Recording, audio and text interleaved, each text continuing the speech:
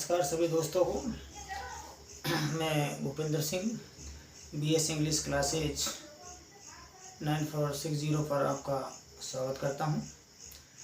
कल की last class में हमने पढ़ा था कि एक्टिव वॉइस से पैसिव वॉइस बनाने के साधारण नियम। उसी कड़ी में हम अगली शुरुआत कर रहे हैं कक्षा की आज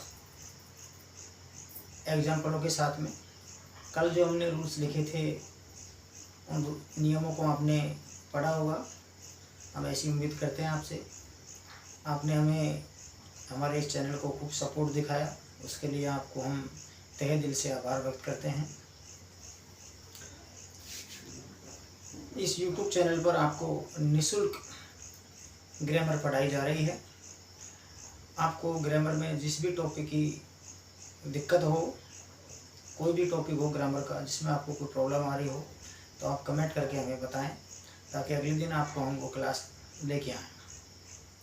तो आइए दोस्तों, हम शुरू करते हैं हमारा आगे का काम। आज हम जो भी एक्टिव वॉइस से पैसिव वॉइस के जो भी सामान्य रूल्स थे उनके हम छोटे छोटे एग्जाम्पल से हम आज शुरुआत करते हैं।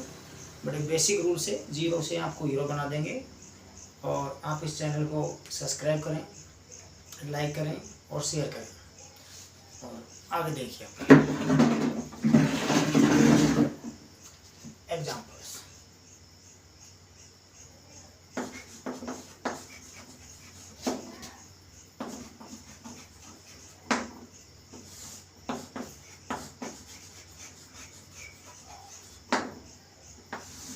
Active voice to passive voice, active voice से पैसिव वॉइस बनाना, जिनके कल हमने रूल्स लिखे थे। इसी कड़ी में आगे चलते हुए पहला नियम, एग्जाम्पल नंबर पहला। एग्जाम्पल्स, छोटे छोटे एग्जाम्पल से हम शुरुआत करते हैं। जैसे कि ये टॉपिक है जो 4th क्लास की जो वैकेंसी आई हुई है 52-53,000, उनमें बहुत इंपॉर्टेंट रहेगा। आप इसको बहुत ध्यान से नोट्स बनाते हुए लिखते जाएं। जैसे मैंने लिखा, राम ईट्स एन एप्पल।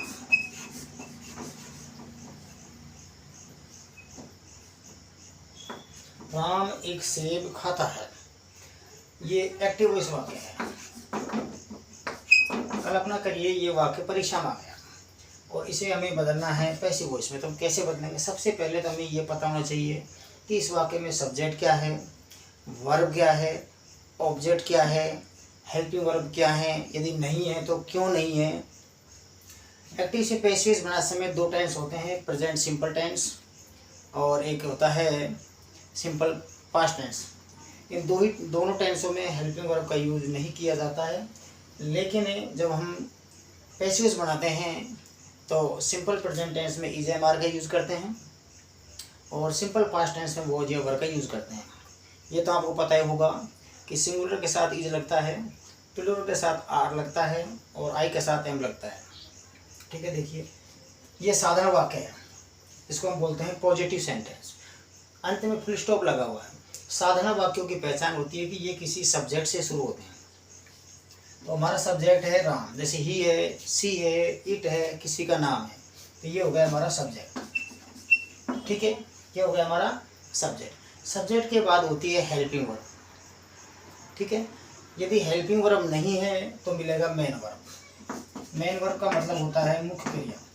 यहाँ हेल्पिंग वर्ब क्यों नहीं मिली? क्योंकि यहाँ प्रेजेंट सिंपल टेंस है, इसलिए हेल्पिंग वर्ब नहीं है। इज एम आर हमें लगानी है। सब्जेक्ट हो गया।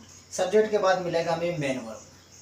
मेन वर्ब के बाद होता है ऑब्जेक्ट और ऑब्जेक्ट के बाद होता है आर एस।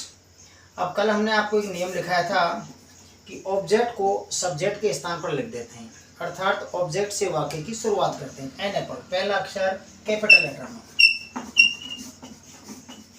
N apple. यहाँ तक क्लियर सबको? An apple. कितने सेब हैं? एक ही सेब है। इसका मतलब ये एक वचन है, सिंगुलर है। वर्ब देखो, वर्ब क्या है? प्रेजेंट टेंस की है। कौन से टेंस की है? प्रेजेंट टेंस की है। प्रेजेंट टेंस की वर्ब होने के कारण यहाँ हेल्पिंग वर्ब आएंगे इज एम आर। यदि हमारा ये सब्जेक्ट, इसको एजेंट बोलते हैं, यदि ये हमारा सब्जेक्ट सिंगुलर है तो इज लगा देंगे, प्लूरल है तो आर लगा देंगे, आई है तो एम लगा देंगे। क्लियर सबको? ये an apple is. Helping verb के बाद में वर्ब की थर्ड फॉर्म कर देंगे, जो फॉर्म दी हुई है प्रश्न में उसको थर्ड फॉर्म में चेंज कर देंगे। इटन, ये एक्टिव वॉइस से पैसिव वॉइस बनाते हैं तो मूलभूत नियम होता है कि वर्ब की हमेशा थर्ड फॉर्म लगती है। An apple is eaten, verb की थर्ड फॉर्म के बाद आवश्यकता अनुसार बाई प्रीपोजिशन लगाते हैं, बाई लगा दिया। अब हमारा बच गया सब्जेक्ट, इस सब्जेक्ट को हम ऑब्जेक्ट के स्थान पर लेके जाएंगे तो इसका ऑब्जेक्टिव केस हो जाता है। कलम में लिखा था I my me, you your you, he his him, we our us, they their them, she her her, its it its it हो गया। तो राम ही हो गया। यदि यहाँ सीता होता तो हर कर देते। ये सब्जेक्टिव केस है, इसका ऑब्जेक्टिव केस क्या हो गया, ही इज हिम हो गया। उम्मीद करता हूँ ये आपको समझ आया होगा। इसी कड़ी में अगला सेंटेंस लीजिए, आई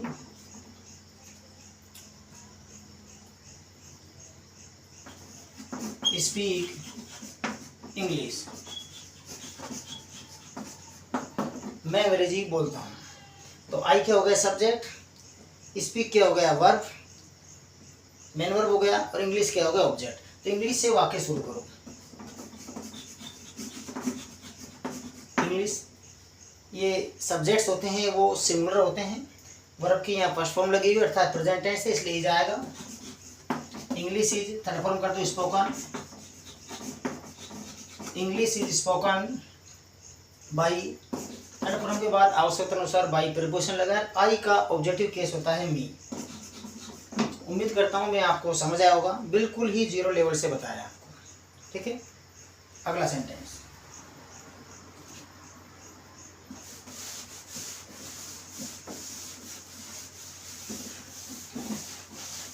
ये सेंटेंस थे जिनमें वर्ब की फर्स्ट फॉर्म यूज हुई थी। अगला सेंटेंस देखिए जिनमें वर्ब की सेकंड फॉर्म यूज होती है। ही रोट ए लेटर, उसने एक पत्र लिखा। ये हमारा सब्जेक्ट हो गया, ये हमारी मेन वर्ब हो गई और ये हमारा ऑब्जेक्ट हो गया। तो ऑब्जेक्ट को इधर लेके आएंगे क्योंकि पैसिव वाक्य बना रहे हैं। तो ए लेटर, ए हो, एन हो, द हो, दिस हो, दैट हो, ये सारे ऑब्जेक्ट के साथ ही होते हैं। तो ए कैपिटल लेटर लिखेंगे, ए लेटर। कितने पत्र हैं, एक ही पत्र है।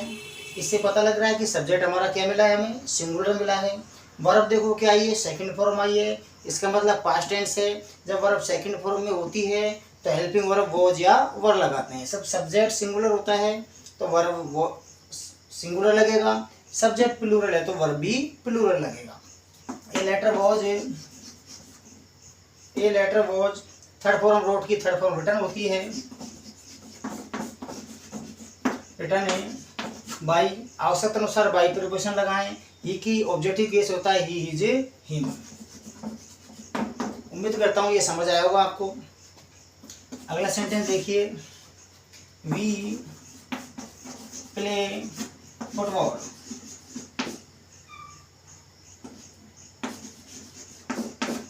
वी प्लेड फुटबॉल, ये सेंटेंस है। वी प्लेड फुटबॉल, हमने फुटबॉल खेला। ऑब्जेक्ट क्या है हमारा, फुटबॉल। फुटबॉल वर्ब क्या लगी है, सेकंड फॉर्म, इसका मतलब पास्ट टेंस है, वॉज या वर आएगा। फुटबॉल एक क्वेश्चन होता है तो वॉज लगाओ। फुटबॉल वॉज, हेल्पिंग वर्ब के बाद थर्ड फॉर्म लगाओ, इसकी थर्ड फॉर्म यही होती है। आवश्यकता अनुसार बाई प्रीपोजिशन लगाएं। यदि हमारा सब्जेक्ट, यदि एक्टिव वॉइस का सब्जेक्ट यदि वी है तो उसको बाई लगा के ऑब्जेक्टिव केस नहीं लिखते हैं क्योंकि ये अनइम्पोर्टेंट है। दे है उसे भी नहीं लिखते हैं। इसके लिए मैं अलग से एक वीडियो बना दूंगा कि अनइम्पोर्टेंट सब्जेक्ट से कौन कौन से होते हैं। उम्मीद करता हूँ आपको ये समझ आया होगा। अगला सेंटेंस लेते हैं,